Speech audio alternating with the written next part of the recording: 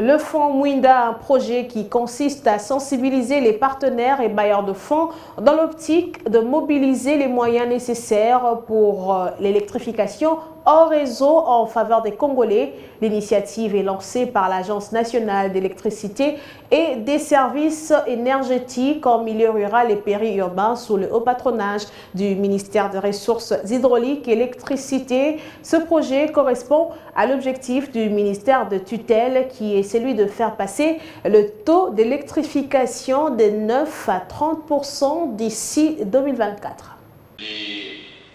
Avec seulement moins de 10% d'accès à l'énergie, les Congolais peinent pour assouvir leurs besoins en électricité. L'Agence nationale de l'électricité et les services énergétiques en milieu rural et périurbain propose l'alternative, le projet Fonds Mwinda. Lancé ce mardi par le ministre des Ressources hydrauliques et électricité, ce projet consiste à sensibiliser et mobiliser les partenaires et bailleurs sur des fonds nécessaires pour l'électrification hors réseau.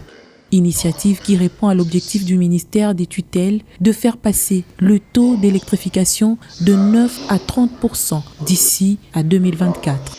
Pour une première, en effet, la République démocratique du Congo justifie d'une structure en charge de l'électrification des zones périurbaines et rurales. Et comme vous le savez, c'est dans ces zones périurbaines et rurales, délaissées dans la cartographie coloniale et le déploiement de monopoles que vivent environ 70 à 80% de nos populations. Il est plus que temps que nous pensions à elles. Le fonds Mwinda se veut un levier financier qui se lève à hauteur de 500 millions de dollars américains pour donner à la population congolaise l'accès à l'électricité.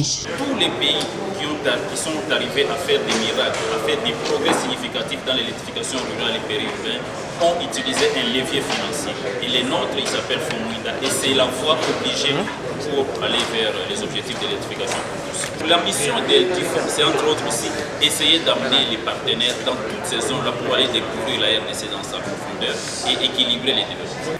Il est essentiel que le fonds, dans sa structure, dans sa gouvernance, dans sa gestion, se place aux meilleurs standards internationaux.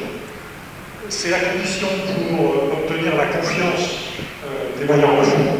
Nous aurons cette confiance, et moyennant cette confiance, je pense qu'on peut dire que le fonds permettra de frapper fort, et le fonds permettra de frapper vite.